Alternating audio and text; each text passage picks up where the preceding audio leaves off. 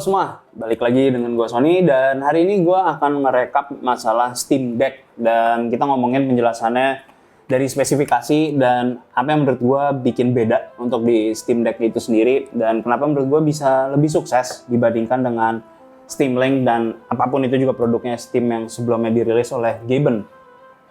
Dan ada versi 3.0 ya untuk Steam OS. Jadi menurut gue akhirnya Valve bisa menghitung 1 sampai 3. Dan 3-nya sayangnya bukan Half-Life, bukan Portal, tapi OS yang mereka sendiri. Nah, jadi sebenarnya konsep Steam Deck itu sebenarnya udah ada lama ya. Kita bisa lihat kalau handheld PC itu udah dibangun sebenarnya.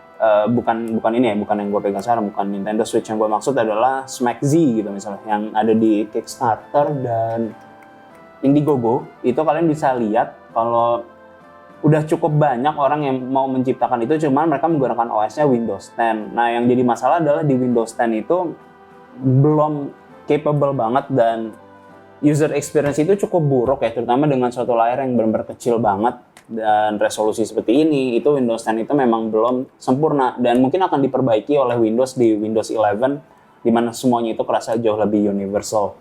Dan apa yang ditawarkan oleh Smack Z dan yang lain-lain sebelumnya yang beda dengan apa yang Steam lakukan adalah spesifikasi sebenarnya. Jadi dari spesifikasi Steam Deck itu memberikan kita Zen 2, memang bukan Zen 3. Ini dikonfirm kalau Zen 2 dengan 4 core 8 threads dan untuk clock speed itu 2,4 sampai 3,5 GHz dan gue rasa untuk kalian yang main di ruangan AC gue rasa ya akan bisa nge-boost dengan lebih tinggi. Nah, untuk GPU-nya menggunakan RDNA 2. Nah, ini yang menurut gue benar-benar menarik banget. Jadi RDNA 2 di sini menggunakan 8 compute units, dimana kalau kita bandingkan misalnya dengan 6700 ya, itu ada 20 CU. Nanti William akan koreksi kalau gue ngomong out of my ass, karena pokoknya pikiran gue lagi cukup berantakan, jadi nanti akan diupdate sama si William kalau gue salah. Dan untuk clock speed-nya ini 1 sampai 1,6 GHz. Ini adalah performa yang benar-benar cukup tinggi banget ya, terutama dalam form factor yang bakalan kecil banget. Memang akan lebih tebal daripada Nintendo Switch, tapi menurut gue 1,6 GHz di RDNA 2 itu akan benar-benar ngaruh banget. Dan di sini kita akan mendapatkan juga RAM sebesar 16 GB LPDDR5 yang kecepatannya sampai 5500. Jadi 5500 menurut gue itu akan benar-benar berguna banget di DDR5. Dan kita bisa lihat kemarin ekspektasi itu 88 GB per second. Tentu kalau kita ngomongin angka dan terutama kalau kalian bandingkan dengan ya desktop PC gitu misalnya ya 88 sih bukan angka yang menarik ya. Cuman kalau kita lihat untuk sekecil ini, gue rasa itu benar-benar kencang banget. Dan gue rasa untuk texture streaming dan segala macam itu nggak akan jadi masalah sama sekali dan akan ngebantu bump up performance yang ada di RDNA 2. Jadi kalau di sini emang nggak bisa apple to apple ya buat kita bandingkan dengan suatu konsol gitu misalnya. Tapi secara raw performance yang bisa diekspektasikan menurut gue adalah ini kurang lebih sama dengan PS4 untuk tenaganya. Jadi bedanya kekuatannya PS4 ada di handheldnya kalian. Dan itu menurut gue adalah suatu hal yang benar-benar powerful banget ya dengan kemajuan teknologi yang dilakukan oleh AMD. Ini menurut gue udah benar-benar menarik banget dan fitur-fitur yang ada nanti juga udah ada salah satunya menurut gue benar-benar penting banget yang ada di Steam Deck itu adalah masalah gyro. Jadi kalau kalian, ya gue nggak tahu ya di Switch itu ada gyro atau enggak, cuman seperti misalnya di controller PS5, kalian bisa lihat kalau beberapa orang yang mencoba, mereka menggunakan mouse, mereka menggunakan controller, menggunakan analog untuk, ini gue ngomongin di game FPS ya, dan satu lagi mereka menggunakan gyro. Nah, uniknya, orang yang menggunakan gyro, mereka membutuhkan emang waktu training atau membiasakan diri itu menggunakan waktu yang cukup lama. Tapi, setelah mereka membiasakan diri untuk aiming menggunakan gyro, ternyata perbedaan dengan menggunakan mouse itu sangat-sangat rendah banget. Mereka sudah nggak memerlukan lagi aim assist, dan itu menurut gue cukup unik ya, karena gue belum pernah mencoba menggunakan gyro untuk main game-game FPS. Cuman gyro ini ternyata dikit banget, dan bahkan beberapa orang punya refleks yang jauh lebih cepat dibandingkan menggunakan mouse pada saat mereka menggunakan gyro. Mungkin ini adalah suatu konten yang akan bisa dites oleh Joshua untuk dibikin kalau dia main gyro dengan mouse dan ngeliat kalau ada perbedaan atau enggak menggunakan beberapa training FPS game yang ada ya Jo ya, yang di Steam setahu gue, Kovac atau apa gitu. Nah, itu bisa dipakai sebagai benchmarknya kalau menggunakan mouse dan gyro. Jadi fitur itu yang akan berguna banget untuk kalian yang bakal mikir, gue nggak bakalan bisa main FPS juga kalau misalnya main di Steam Deck gitu. Bisa. Dan Untuk masalah resolusinya memang nggak gede, 720 ya 800. Dan dengan power seperti ini gue rasa akan benar-benar aman banget, dan karena ya sama juga sih dengan PS4 ya, dimana kita bisa ekspresikan 720 dan itu akan di upscale kalau misalnya ya PS4 bisa 900 sih, cuman kalian harus ingat kalau itu kan benar-benar optimized banget ya di PlayStation. Nah di Steam Deck juga ini yang diharapkan oleh si Gaben sebenarnya, di mana para vendor lain seperti misalnya ROG, mau ada ya MSI itu segala macam itu mau coba juga ngebikin suatu hal seperti Steam Deck, dan ini yang diharapkan oleh mereka. Dan kalau misalnya harganya benar-benar reasonable banget, dan kalau kita lihat misalnya orang-orang para handheld gamer itu duitnya kan banyak ya, buat orang yang bisa beli HP harga 20 jutaan, harga 16 jutaan.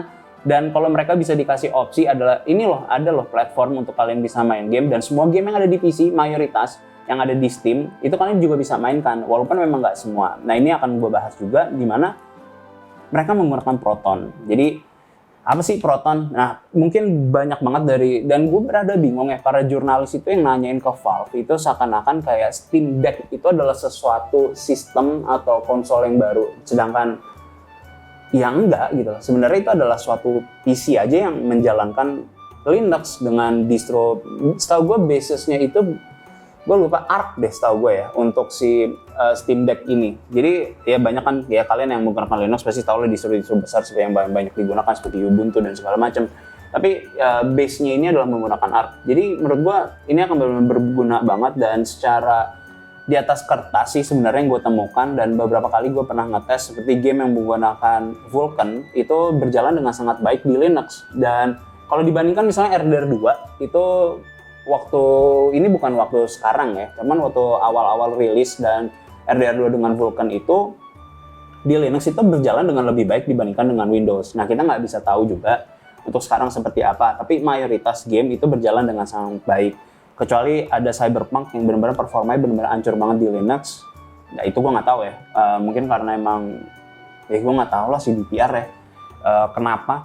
Cuman yang pasti mayoritas game kalian akan lihat nanti akan disupport oleh Proton juga, dan Proton itu sebenarnya juga bukan emulator. Jadi kalau kita pahami, karena dia bukan menjalankan Windows, jadi Proton ini sebenarnya cuman mentranslate. Jadi kalau misalnya kita ngomongin DirectX atau DXVK, mereka cuman jelasin kayak misalnya gue ngomong bahasa Jawa, atau misalnya si David ngomong bahasa Jawa buat kasih Aldo. Aldo misalnya nggak ngerti bahasa Jawa kan, jadi si David ngomong ke gue ngomong ke Aldo dengan bahasa Indonesia. Jadi kurang lebih seperti itu. Jadi bukan emulator. Sama dengan Wine. Makanya orang bisa nyebut kalau Wine singkatannya WINE itu adalah Wine is not an emulator. Nah Proton pun adalah hal yang sama. Jadi kalian harusnya nggak perlu terlalu takut ya. Karena sepertinya mayoritas game-game akan ya bisa ditranslate dan performanya juga nggak akan terlalu tinggi. Dan karena ini bukan emulator, kalian nggak akan menemukan latency juga kalau kalian mainin game di Steam Deck itu sendiri. Nah jadi ini yang menurut gue benar-benar penting banget, dan di sini juga bakalan nanti bukan ini sih. Gue pengen banget megang sebenarnya Steam Deck ya. Tapi intinya Steam Deck itu akan ada FSR. Ini yang menurut gue cukup menarik. Cuman mungkin kalian akan mikir kalau di 720 ke 1080 misalnya itu akan FSR akan jelek. Ya emang benar, kalian harus menggunakan super quality atau ultra performance-nya bakalan jelek banget ya. Kalian harus menggunakan quality untuk mendapatkan gambar yang lebih ya reasonable lah buat kalian gunakan. Nah ini menurut gua mungkin akan kedepannya akan benar-benar penting banget, karena kalau AMD bisa melakukan lebih banyak game-game yang bisa di-convert menggunakan FSR, dan bukan FSR sebagai modding di mana FSR itu sebagai produk terakhir tapi produk yang ada di tengah, itu menurut gua akan benar-benar baik banget ya.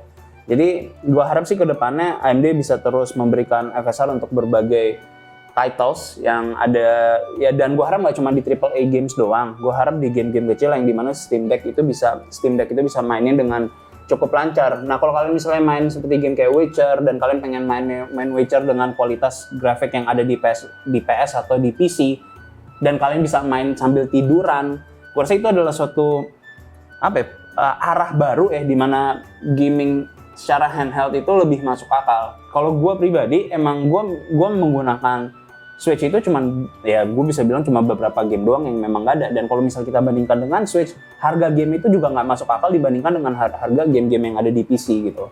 Jadi benar-benar murah banget, dan Steam account kalian juga bakalan pindah juga ke game yang ada di sini. Dan dengan adanya DisplayPort kalian mungkin bisa colok ke TV atau segala macam untuk kalian nonton. Dan ya jauh lebih banyak hal yang bisa kalian lakukan menggunakan Steam Deck, dan itu yang menurut gue menjadi suatu kubu yang berbeda total dibandingkan dengan kita ngomongin Nintendo Switch gitu yang bener-bener closed environment banget dan kalian nggak bisa apa-apain. Dan sedangkan Steam Deck kalian itu terbuka total. Kayak anggap aja kayak kita zaman dulu lah punya HP kayak waktu zaman gue megang masih Samsung Galaxy S2 gitu, dimana kita oprek semuanya segala macam dan kita punya full kendali terhadap HP yang kita miliki. Dan itu yang menurut gue akan benar-benar memisahkan diri daripada semua handheld yang lainnya, termasuk HP juga sebagai gaming. Dan gue rasa jadi sekarang kalau kalian mau main game, gue rasa ya kalian bisa masang emulator juga kan di Steam Deck untuk mainin game-game yang HP kalian suka juga. Jadi gue rasa nggak ada masalah sama sekali di situ, dan Steam Deck menurut gue akan benar-benar agak changing the course of gaming juga ke depannya. Gue rasa akan lebih banyak game-game yang akan di-convert sebagai lebih mudah untuk handheld. Karena misalnya gue sendiri, gue udah bisa kebayang gue akan main game seperti Anno, atau ya Anno mungkin gak kuat, tapi Civilization gitu misalnya, atau game-game strategi lain yang gue bisa mainkan secara mudah, secara handheld gitu. Dan itu menurut gue jauh lebih menarik daripada kalau dibandingin HP kan. Emang gue selalu bilang kepada kalian, gue gak pernah bisa main deh di HP. Tapi kalau gue punya buttons dan input seperti ini yang physical, gue akan lebih mudah untuk bisa mainin gitu loh. Dan gue harap kalian juga cukup excited ya. Gue harap sih kayak brand seperti ROG gitu misalnya akan mengeluarkan juga versi Steam Deck yang mereka, gue nggak tahu namanya apa, dan gue harap mereka beneran akan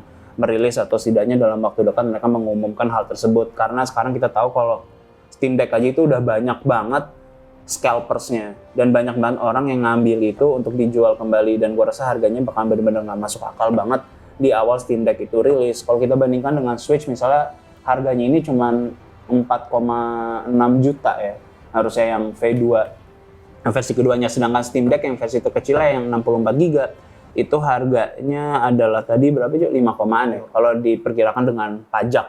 Jadi harganya bakal melonjak jauh tinggi dari itu. Dan kalau kalian takut misalnya gue menggunakan SD card nanti gamenya jadinya nggak bagus, nggak kenceng dan segala macam, ya mereka akan mencoba untuk mengakomodasi itu, dan tentunya pasti Valve juga udah memikirkan hal tersebut. Engineer-nya juga bilang beberapa game yang di showcase itu jalan menggunakan SD card. Jadi kalian juga harusnya jangan terlalu takut juga. Mungkin di beberapa game yang benar-benar texture heavy akan menggunakan SD card mungkin akan kerasa ada bottleneck-nya sedikit, di mana kalian harus menurunkan resolusi dan segala macam, atau bukan resolusi sih, texture streaming-nya harus diturunin, di mana texture yang digunakan harus lebih rendah. Tapi menurut gue itu bukan jadi suatu masalah karena resolusinya itu benar-benar kecil banget dan pixel density-nya juga sangat-sangat tinggi. Jadi dengan power PS4 di ukuran sekecil ini, gue rasa harusnya nggak ada masalah sih. Cuman kalian juga nggak bisa bilang kalau bersama persis dengan PS4 karena enggak. Karena nanti kita bisa lihat kalau optimization yang AMD dilakukan juga akan bisa menjadi lebih baik. Dan gue harap dengan semuanya punya satu, seperti yang gue bilangin sebelumnya sih, masalah yang gue ngebahas masalah perang konsol dan segala macam, gue rasa kalau semuanya udah punya satu sistem yang ya kita bisa bilang misalnya udah 50 jutaan deh, misalnya bisa ngejual 50 juta unit dalam waktu misalnya 10 tahun gitu, itu adalah angka yang bisa ngerubah ke masa depan, di mana oh ya udah gue bisa customize dan game ini tuh benar-benar aman banget dan performance itu sangat-sangat baik. Karena dengan angka segitu gue rasa orang udah bisa melirik kalau Steam Deck itu bisa berguna gitu. Cuma kan ini adalah masih harapan doang yang belum tentu terjadi gitu. Tapi setidaknya ini adalah pendapat gue tentang Steam Deck. Nanti kalau ada update terbaru tentang Steam Deck segala macam, karena gue pribadi sih emang benar-benar excited banget ya dengan Steam Deck. Gue harap juga Gaben bisa ngirimin ke TLM, walaupun kita sebenarnya nggak ada kontak juga dengan Valve. Tapi gue harap sih bisa terjadi. Nanti kita coba menghubungi Valve juga. Jadi itu aja untuk update masalah Steam Deck. Kalau ada pertanyaan, tulis di kolom komen, and see you guys next time. Nah, tadi gue salah, karena gue udah closing, tapi gue cuma mau ngasih tahu kalau baterainya itu 40 watt hour.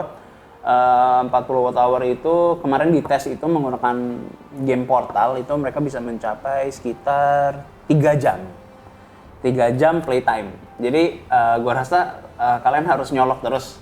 Itu untuk game seperti yang bisa dibilang cukup enteng ya, Portal ya. Kalau gamenya berat banget, gue rasa kalian harus menggunakan colokan.